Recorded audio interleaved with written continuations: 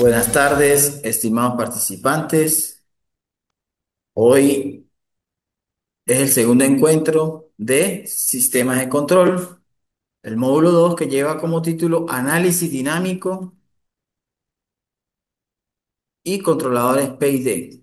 Antes de entrar con el contenido, voy a recordar que algunos de estos temas ya están de este módulo 2. Ustedes lo vieron en el plan de evaluación.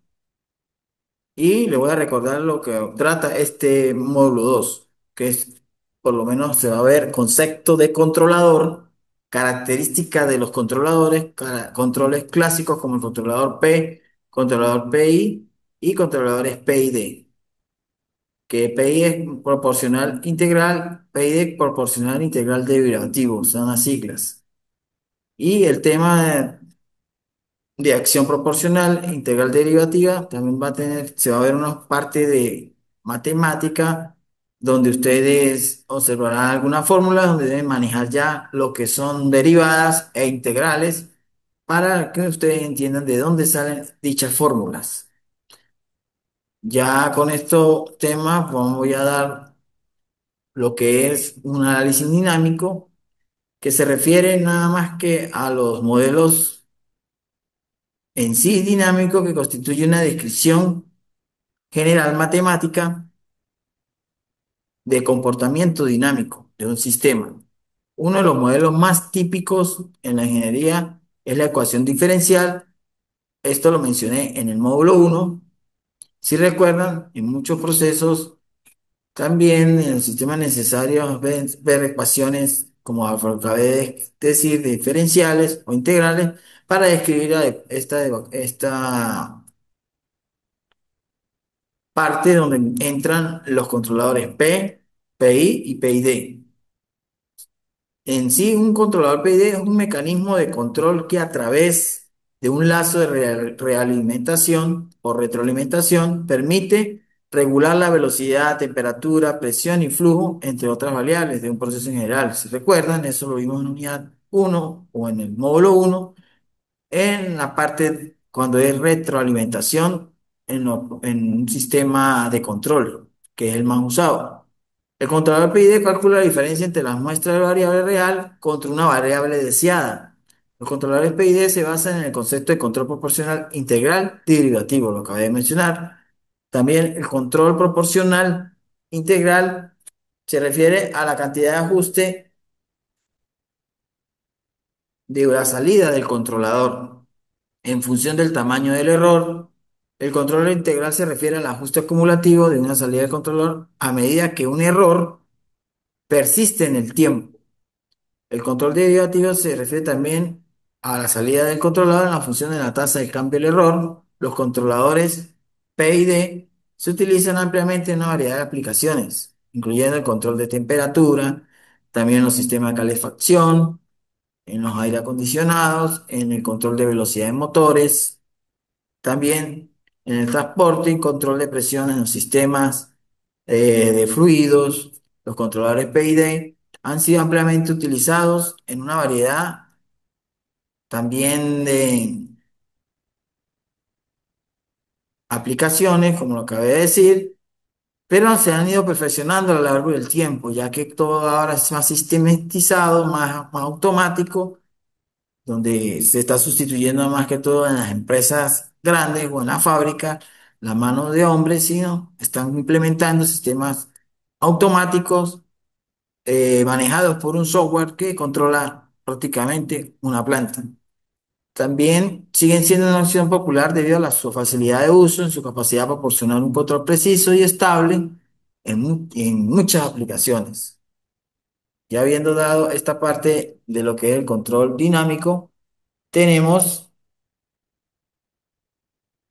una partecita de lo que es un ejemplo que yo cité allí de un automóvil que no es que ahora son, en la época actual hay muchos autos que son eléctricos, son sistemas, son más automáticos para precisar los márgenes de error, o alguna falla, algún recalentamiento, algún voltaje que no llegue, alguna falla que presente el automóvil. Por lo menos este es un automóvil controlado por parte solar. También cité algunas partecillas del auto, donde está el GPS, el control de cruce, la unidad de control del asiento, el sistema de frenado electrónico. En sí, un sistema dinámico es la posición actual, la velocidad depende del pasado. Ustedes pueden ver allí, en ese ejemplo tan sencillo como un automóvil. Ahora bien,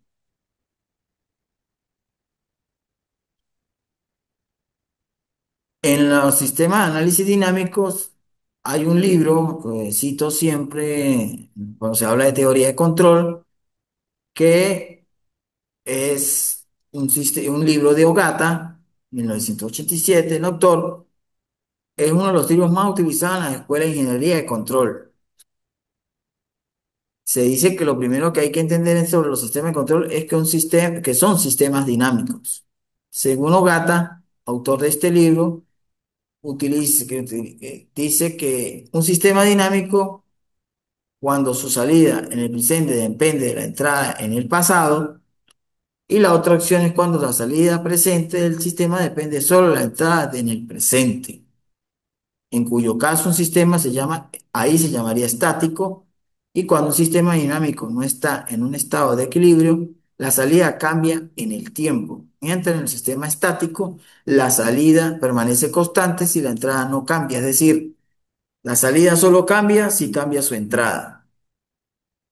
Por eso, con este ejemplo que ustedes observan allí del automóvil, muestran que la velocidad y la posición de un vehículo dependen solo de la entrada en el pasado. Todos ustedes observan esa imagen que son partes de lo que cité, pocas de las tantas que un automóvil en sí trae en su sistema de control interno para ser manejado. Ya por lo menos ya hay automóviles que ahora en Europa no necesitan de chofer. Es lo nuevo ahora, se controlan con GPS, se controlan, no necesita de alguien que lo maneje. Se maneja prácticamente en lo coloquial solo. Ahora, acá tenemos lo que es la respuesta en un sistema, en un ejemplo estoy citando ahora un ascensor, donde entra la estabilidad, la exactitud, la velocidad. El error se deriva entre error dinámico y error estacionario, con la entrada en los sistemas de gran bloque que fue visto en el módulo 1, US, la entrada, GS la función, a su salida un YS. Entonces daríamos que la función sería GS es igual a la salida entre la entrada, YS entre US. Le voy a nombrar lo que es que estabilidad, exactitud, un ejemplo de cada uno, un concepto corto de de este ejemplo que estoy citando. Por lo menos la estabilidad es la propiedad en la que un proceso mantiene la salida, que es YS, dentro de ciertos límites al producirse un cambio en US en la entrada. Lo determina el valor final a la señal de la salida. La exactitud es el margen de error que existe entre YS y US. Una vez que el sistema está en estado estable, lo determina la diferencia entre el valor final y el valor deseado. La velocidad es el tiempo que tarda la señal YS, que es la salida, en seguir una señal US para eliminar el error. Lo determina la constante de tiempo. Ahora, ¿el error qué es? El error dinámico es la diferencia entre las señales de entrada y salida durante el periodo transitorio, es decir, el tiempo que tarda la señal de respuesta en establecerse.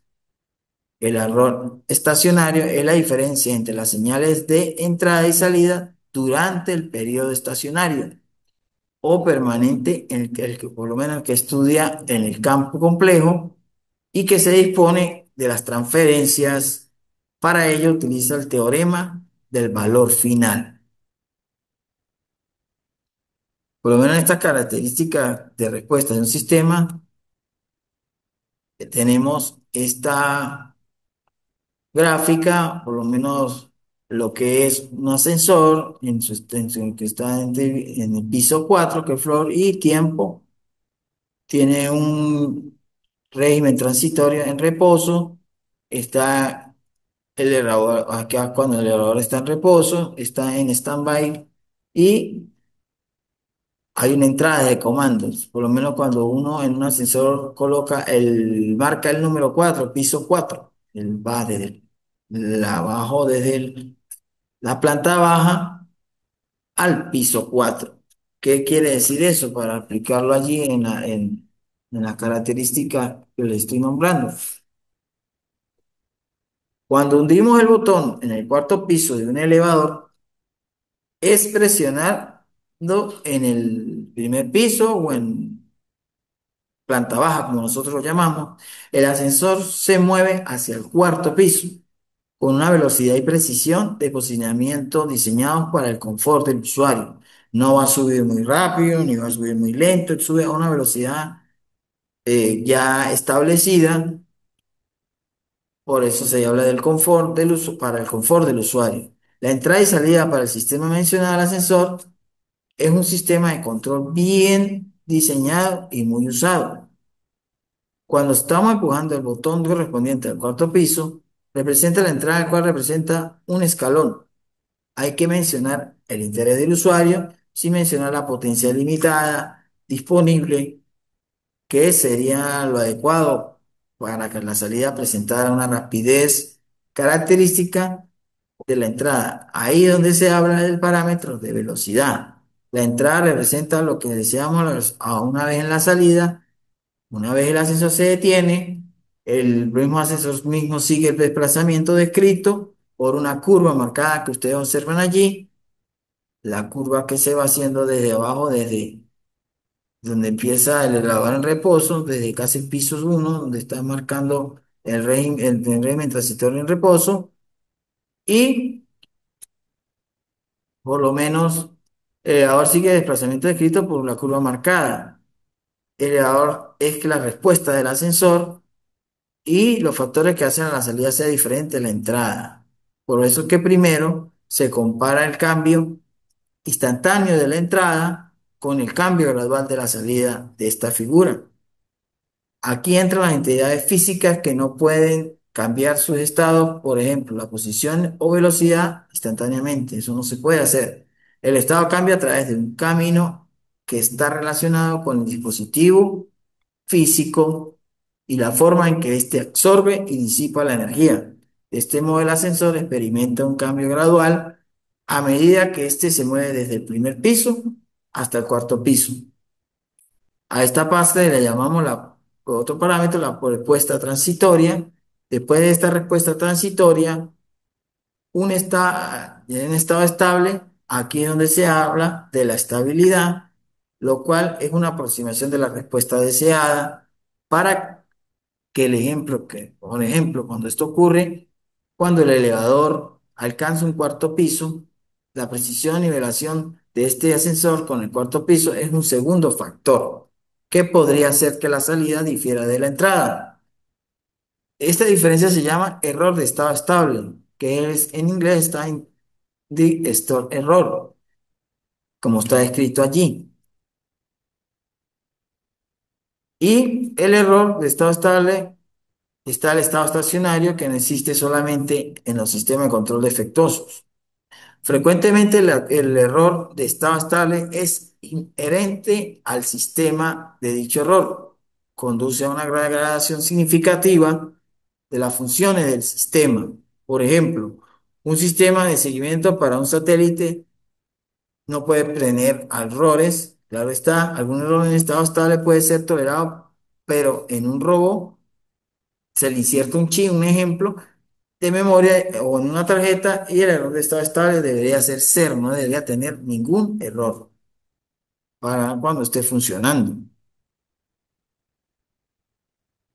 Ahora, los controladores PID, ya llegamos a esta parte donde el controlador PID es un dispositivo que permite controlar un sistema de lazo cerrado para que alcance el estado de salida deseado. El controlador PID está compuesto de tres elementos que proporcionan una acción proporcional, que es la integral, y derivativa. Estas tres acciones son las que dan nombre al controlador PID. Aquí es donde yo le hablaba de la parte matemática, donde entran las integrales, las derivadas. Ahí está la fórmula K sub P es E a la T más 1 sobre TI, de evaluada entre cero y T, la integral, es sub T con la derivada de T más la T sub D de sub D entre de sub T. Tenemos ahora allí un sistema de lazo cerrado, aquí lo observan con una planta en proceso, por ejemplo, con la sumatoria que les di también eso que significaba en el módulo uno. Acá tenemos el controlador P, tenemos el controlador PI y el D y sus respectivas fórmulas. Ahora, la acción proporcional K sub P, P, hay un límite máximo mínimo para aplicar la señal. Por razones de restricción física y de seguridad, este rango operativo se llama banda proporcional. Si la señal a la cual opera está fuera de rango, se dice que está saturada y opera con un comportamiento no lineal. Así que cuanto más grande sea el valor de la acción proporcional, más pequeña será la banda proporcional y mayor será la energía de control. Esto hace que el sistema responda más rápidamente. También la señal de salida puede acceder o caer por debajo de un punto de ajuste estable. El error nunca se borrará por completo, siempre va a existir algún error por allí. Eso es algo muy difícil de controlar. Ahora voy a hablarles de la acción integral TI, que significa que es la acción integral que se aplica de forma aislada. La estabilidad relativa del sistema empeora, pero cuando se usa con la acción proporcional, ayuda a anular el error de forma permanente. Cuanto más grande sea el valor integral, más el tiempo lo tomará al sistema alcanzar el punto de ajuste de estado estable.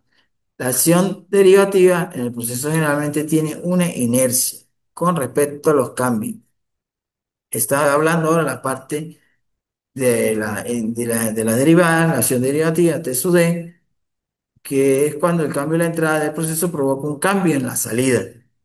La acción derivativa anticipa la acción de control para que el proceso reaccione más rápido de lo habitual. Esta acción predictiva aumenta la estabilidad relativa de los sistemas y hace que la respuesta sea más rápida y menos oscilatoria. A medida que pasa el tiempo, esto se vuelve un estado estacionario y la estación se hace nula porque el valor del error. No habrá un error allí presentándose, entonces será nula. Tenemos ahora, ahí está el controlador P, controlador que si ustedes se observan, se hace más estable. Es cuando trabajamos en inicia, aquí hay más oscilaciones, aquí hay menos vez en integral. Se hace un poco más estable. Tenemos, ya para ir finalizando con este ejemplo, controlador PID completo de una calefacción. Tomé ejemplo de una empresa que trabaja con un actuador o un sistema, un horno, para verlo allí de esa manera. La finalidad de los controladores PID es alcanzar y mantener un valor deseado en un proceso. Un ejemplo típico de un controlador PID es el control de temperatura de un horno en proceso, como ustedes observan allí. Entonces, para el correcto funcionamiento de un controlador PID, tenemos que saber que podemos colocarle a este sistema de lazo cerrado, como observan allá abajo, un sensor que pueden determinarse de las siguientes maneras, como un sensor de termómetro, cuadrilómetro, un manómetro, pueden colocarse allí, que son sensores en un sistema. También el controlador que genera una señal que gobierna al actuador. El actuador es el que modifica el sistema de manera controlada, que pueden existir allí resistencias eléctricas, motores, válvulas, electroválvulas, bombas, motobombas, que van a funcionar para el funcionamiento de este lazo cerrado. El sensor que proporciona la señal analógica o digital al controlador.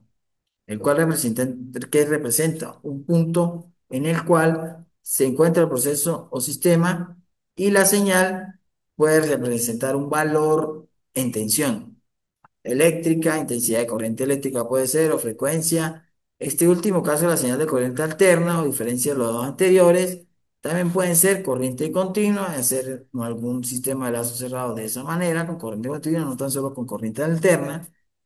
¿Qué pasa con el controlador cuando recibe una señal externa? Representa el valor que debe alcanzar. Esta señal recibe el nombre de consigna o punto de referencia. El set point que ustedes observan acá, el set point, este aquí que está al principio, después vienen los errores donde se evalúan la parte P y D, lo que va a ir al actuador, el proceso de la planta, va al sensor, que es un termómetro en este caso, que puede ser una sonda que mida temperatura a través, por lo menos para ir haciendo un sistema controlado de sistema de control con un pirómetro digital donde mécense la temperatura y allí muestra cuando el horno alcance la mayor temperatura, se abra el contacto y apague el horno. El sistema de control que se monta allí debe ser con contactores que activen o desactiven estas resistencias que la van a apagar a lo que la temperatura suba. Cuando la temperatura baje, más bien la van a activar para que siga el calentamiento de dicho horno. Por lo menos la misma naturaleza tiene el mismo rango de valores que la señal proporcional de un sensor. La señal puede ser entendida por el ser humano. Habrá que establecer un tipo de intención interfax, que son que se ven en algunas empresas, en algunas fábricas, donde observan los procesos visualmente en un monitor grande o un televisor o varios monitores y allí de forma visual se ve lo que se va, los procesos, el control de un proceso. También el actuador resta la señal de un punto que actúa a la señal de un punto de consigna, obteniendo así la señal del error, que determina cada instante diferencia que hay que entre el valor deseado, que es la consigna, y el valor medido. La señal de error es utilizado por cada uno de los tres componentes del controlador PID. Las tres señales sumadas componen una señal de salida que el actuador, o controlador, mejor dicho, va a utilizar y gobernar al actuador. La señal resultante es la suma de las tres y la variable manipulada se aplica directamente al actuador. Así es como trabaja y se hace la parte de un actuador compatible a un actuador utilizado. Como pueden ver, ese ejemplo es típico de control de temperatura de este horno. Debe alcanzar y mantener la temperatura deseada del sempoy del horno. Para ello, debe leer la temperatura de un sensor, por ejemplo, como nombre de una termocupla PT100, por ejemplo, y puede modificar la temperatura del horno mediante un actuador que lo acabé de explicar en palabras más cortas. Cuando llegue a la temperatura del horno, tiene que apagar esta resistencia para que no sigan calentando. Otro ejemplo puede ser un control de velocidad, de presión, de caudal, de movimiento. Ya para concluir, a lo largo del tiempo, en la relevancia de estos controladores PID sigue siendo satisfactoria en varios equipos de automatización y ya de comercialización para varios, se existen varios aparatos que ya realizan varias funciones. Este control opcional opera en estos controladores PI, que como les dije, es el que más se usa porque el derivativo no son muy usados. Los integrales son los que son más estables. Y ya llegando al final, pues acá les dejo los videos referenciales en estas diapositivas, pero igualmente yo este material lo subo al aula, de ahí les saco aparte en un documento guardo estos enlaces para que ustedes observen estos videos para que complementen sus conocimientos.